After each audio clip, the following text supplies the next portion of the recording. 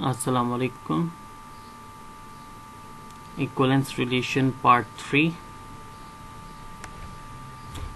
In a previous two lecture we have studied about the reflexive relation, that is, if an element belongs to the original set and AA belongs to the relation and both are identical related to itself, so they are reflexive relation. Then we have studied about the reflexive relation graphs, that there is a loop on a number itself. Then we have studied about the matrix representation of a reflexive relation, that के main diagonal में there is a 1 in the main diagonal of the matrix. Then we have studied about the symmetric relation. Symmetric relation said that A comma B is in a relation. It means that B comma A is also present in a relation, and the identical elements are itself symmetric. Then we have studied about the directed graphs of a symmetric relation, that is about if there is a loop from one point to another point, if the arrows move from one point to another point, the arrows come back to the original point as well. And then we have studied about the matrix representation of a symmetric relation, that if you take the transpose of the original matrix, the same answer will be there, identical answer will be found, so that is the symmetric relation of a matrix. So today we have studied about the transitive relation. Transitive relation said that if A and B and C are belongs to A, if A B is in a relation and BC is in a relation, AB and BC is in a relation, then AC is also present in that relation, A relation B and B relation C, then A relation C as well. In words, if one element is related to second, that second element is related to the third, so the first element is directly related to the third one. Note that first, second, third elements need to be distinct. R is not transitive if and only if there is an element ABC. AB belongs to relation, BC belongs to relation, but AC does not belongs to relation. So the condition did not satisfy the transitive relation. So we have a set over here and three relations were defined. हम इससे clear करते हैं कि transitive relation क्या है हमारे पास. For example हमारे पास पहला रिलेशन इससे डिफाइन किया गया 1-1 इटसेल्फ तमाम की तमाम कंडीशंस को भी सेटिस्फाई कर देगा, ठीक है, क्योंकि ए बी है, बी सी भी है और ए सी भी है, ठीक है. लेकिन फिलहाल हम लोग इसको मेन देखते हैं कि हमारे पास ए बी है. फॉर एग्जांपल तो हमने कहा था ए बी बी सी होना चाहिए, यानी बी का पहला एलिमेंट क्या होना चाहिए कि यहाँ पे 1 है तो बी का नेक्स्ट एलिमेंट आप लोगों ने 1 वाला ढूंढना है, बी और सी. तो इट मीन्स कि ए बी बी सी हमारे पास मौजूद है, तो ए सी भी हमारे पास मौजूद होना चाहिए. That is 1 2. क्या हमारे पास 1 2 मौजूद है?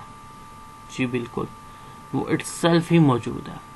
और 1 is a transitive because 1 1 2 2 are in a relation, then transitive relation 1 2 must be there and belongs to the order of the relation, ठीक है.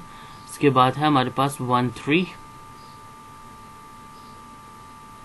2 3. लेकिन अब देखा जाए तो हमारे पास अब 1 3 है, तो नेक्स्ट हमारे पास होना चाहिए था 3 अप टू सो ऑन, लेकिन वो हमारे पास मिसिंग है. तो ये कंडीशन तो हमारे पास रिलेशन को सेटिस्फाई ट्रांजिटिव को कर रही है, लेकिन होल कंडीशन हमारे पास रिलेशन को सेटिस्फाई नहीं कर रहा. नेक्स्ट 1 2 ए बी, तो नेक्स्ट 2 से एलिमेंट 2 3. तो अब हमारे पास 1 3 का होना इधर जरूरी है कि हमारे पास 1 3 मौजूद है, नहीं मौजूद, ये तो इधर ही कैंसिल हो गया. 2 1 2 4 यानी ए बी, तो नेक्स्ट होना चाहिए बी के एलिमेंट को पहला होना चाहिए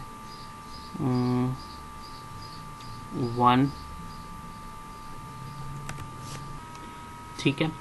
सो 1 2 2 1 इसका तो हमारे पास मौजूद नहीं है, ठीक है, तो इसको हम लोग फिलहाल पेंडिंग रखते हैं।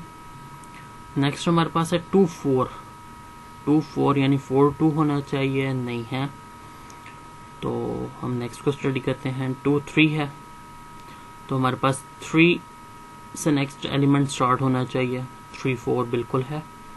तो यानी अब ए सी, यानी अगर ये ए है हमारे पास, ये बी है, ये बी है, ये सी है, तो ए सी हमारे पास क्या होगा, 2 4, ये भी आ गया।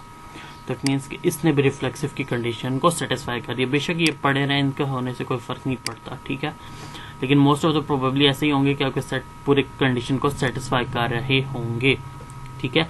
ऑर्डर ऑफ सीक्वेंस चेंज हो सकती हैं कि क्या पता आपका ए भी इधर पड़ा हो और बी सी कहीं जाके किसी और पोजीशन पॉइंट पे पड़ा हो, ठीक है। जिस तरह अभी हमारे पास यहाँ था कि हम लोग यहाँ पे ए बी नहीं मिला, लेकिन हमें ए बी यहाँ पे मिला, ए सी बी सी यहाँ पे मिला और ए सी हमारे पास यहाँ पे मिला, तो ये ट्रांजिटिव है। यानी आप 2 से 3 पे गए, आप 3 से 4 पे गए और फिर आप 2 से भी 4 पे गए, ठीक है। तो ये वो चीज है कि फर्स्ट से सेकंड, सेकंड से थर्ड एंड देन फर्स्ट से थर्ड पे हम लोग गए। डायरेक्टेड ग्राफ में भी कुछ इसी तरह है कि आप लोग going from second point first to second, from 1 to 2nd, then from second to third and arrow is directly from first to third. पहले एग्जांपल में देखें फर्स्ट से सेकंड, सेकंड से थर्ड एंड फर्स्ट से थर्ड। सेकंड एग्जांपल हमारे पास transitive नहीं थी क्योंकि 1 से 2, 2 से 3, अब 1 से 3 होना चाहिए था, ये समथिंग कुछ इस तरह, लेकिन ये तो कुछ और ग्राफ हमारे पास बन गया, तो ये भी नहीं है। अब इसमें हमारे पास क्या था, 2 से 3, 2 से 3, 3 से 4, 2 से 3, 3 से 4, सॉरी ये इस तरह बनेगा, 3 से 4, तो 2 से 4 भी हमारे पास एक रिलेशन बन रहा है, ठीक है।